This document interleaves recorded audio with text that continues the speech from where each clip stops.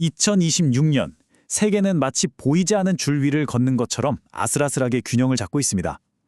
오늘 이 시간에는요, 국가와 거대 기업이 벌이는 힘겨루기가 어떻게 새로운 질서를 만들어내고 있는지 아주 흥미로운 두 가지 사례를 통해 깊숙이 들여다보려고 합니다.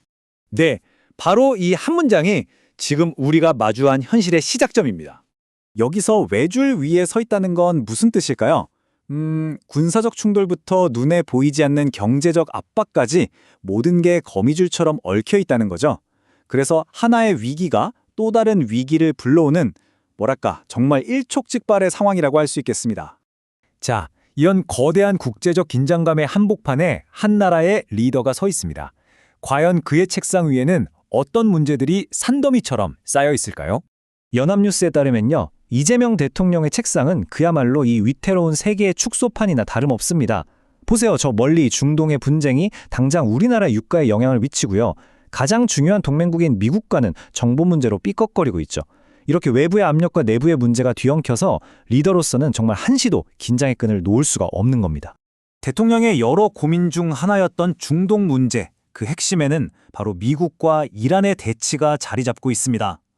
이게 바로 군사력이나 경제 제재 같은 하드파워가 정면으로 충돌하는 우리가 흔히 아는 전통적인 국가 간 갈등의 모습이죠. 그런데 상황이 참 아이러니합니다. 양쪽 다 이 전쟁을 계속할 힘도 없는데 그렇다고 우리가 졌다고 인정할 수도 없는 거예요. 바로 이 딜레마 때문에 억지로 협상 테이블에 마주 앉기는 했는데 글쎄요, 타협으로 가는 길이 정말 험난하기만 합니다. 이 표를 한번 보세요. 양측의 입장이 얼마나 평행선을 달리는지 한눈에 보이죠? 핵, 미사일, 그리고 세계 경제에 숨통을 쥐고 있는 호르무즈 해협까지. 이건 그냥 의견 차이 수준이 아닙니다.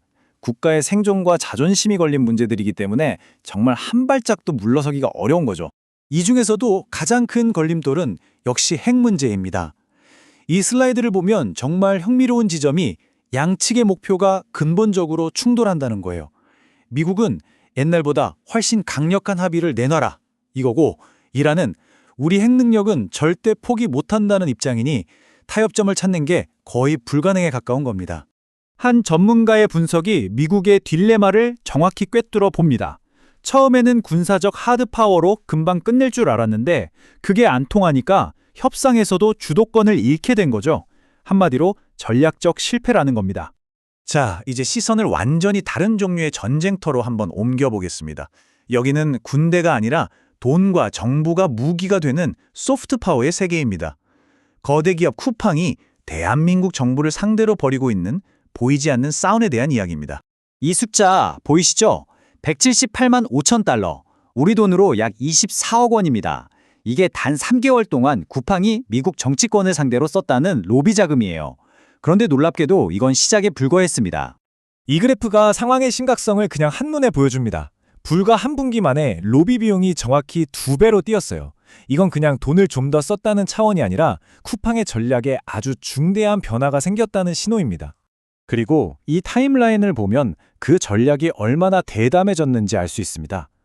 처음에는 그냥 일반적인 통상 문제를 다루는 부서에 로비를 하다가 이제는 백악관, 부통령실, 심지어 국가안보회의, NSC를 직접 겨냥하고 있습니다.